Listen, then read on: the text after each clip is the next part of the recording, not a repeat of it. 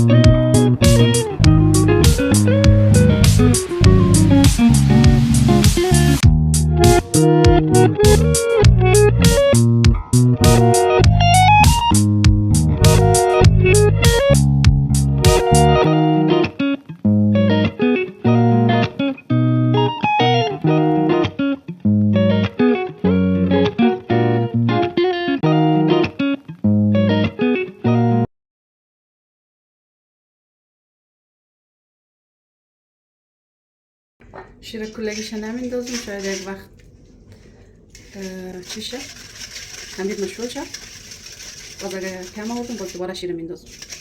اگر شما دوست داشتین میتونید نصف شیر اندازیم، نصف آب اندازیم.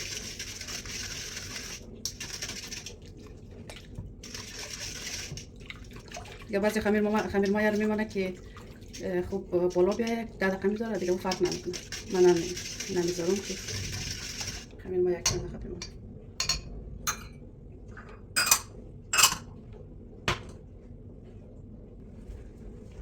و اینجا خوب همین مسکر چیمونم خوب آوشه، ولی کم سفت در نزدودم در آورده بودم از یک چرخ، بازم کم سفت مونده.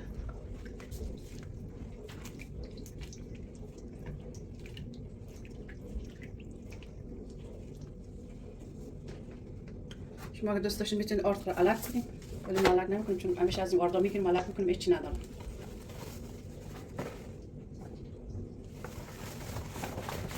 یعنی ما 2 کیلو آرد کلنش انداختم. مثلا ببینیم که چقدر شیر دیگه لازم میشه یا چقدر آرد لازم میشه وقت شل شه.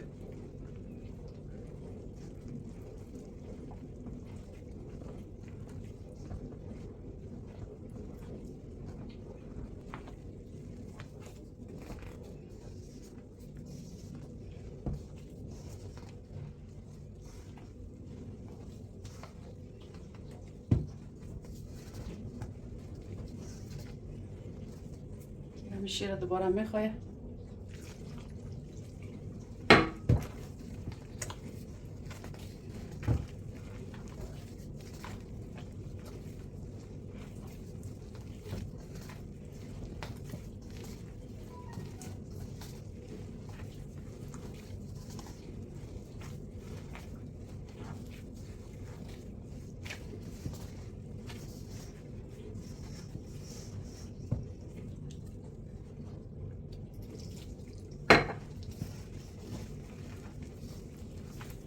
دوستای نازنین شیر همه رو خواست، فقط اینقدر کوچولو ماند، یک ذره زیرش دیگه نمیخواد، چون اگه زیاد چی کنیم بس شل میایه.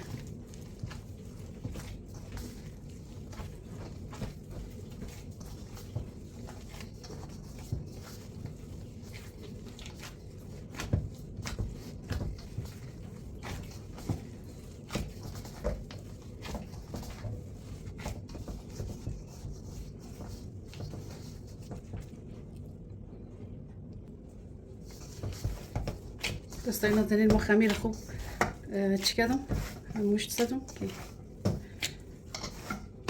دیگه می رقم شده.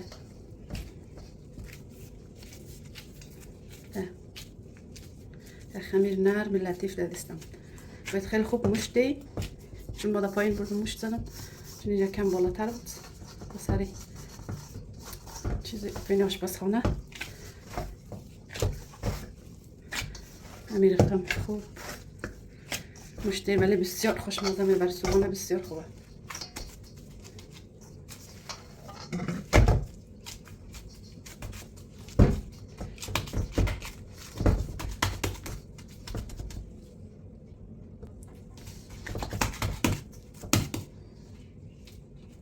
خمیر ما خلاص شد. خب مشت زدم این خمیره این رو اندازه 1 ساعت خوب قدر یک جای گرم میمانید. یک پارچه میندازین روش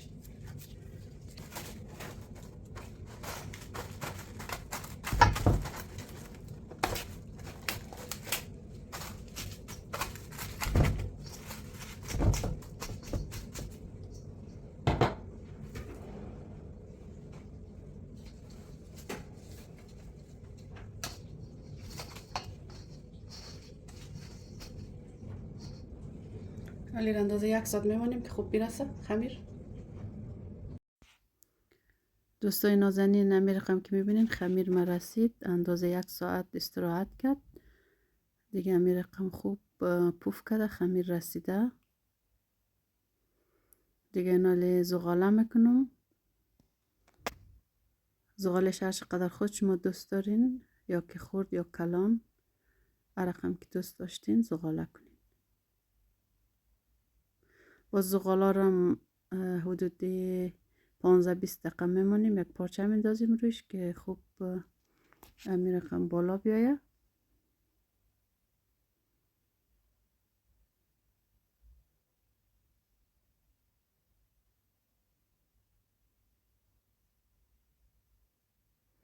ما اینجا کلگیش زغاله میکنم.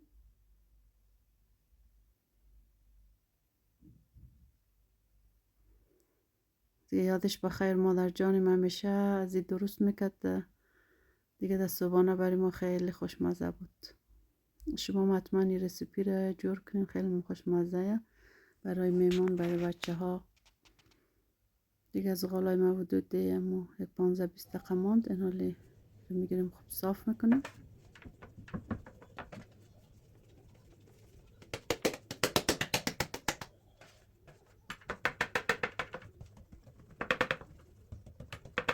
همین رقم که میبینید تصویر خوب راحت صاف میشه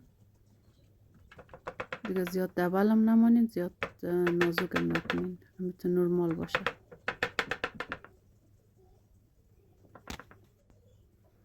حتما تیار کنین بسیار خوشمزه میایه.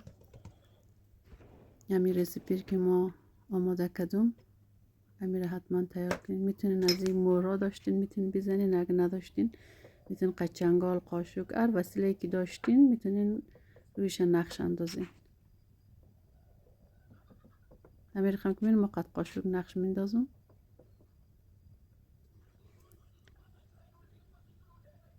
دیگه هم یک دانه تخم مرغ که مانده بودیم مرغ قشیر ما خوب حل کردم در روش میزنم.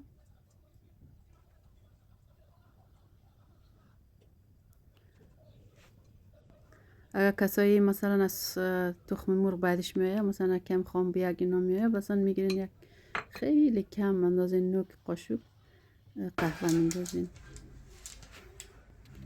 دیگه اینا نان روغنی من پخته شد. درجه داشت در 180 درجه مانده بودم. دفعه دیگه هم پخته شد دیگه. خدا کنه از این ویدیو خوش شما آمده باشد. اگه خوش شما آمد لایک و سابسکرایب یاد شما نره خواهد تا حمایت کنید دیگه. تا ویدیوی بعدی خدا نگهدار.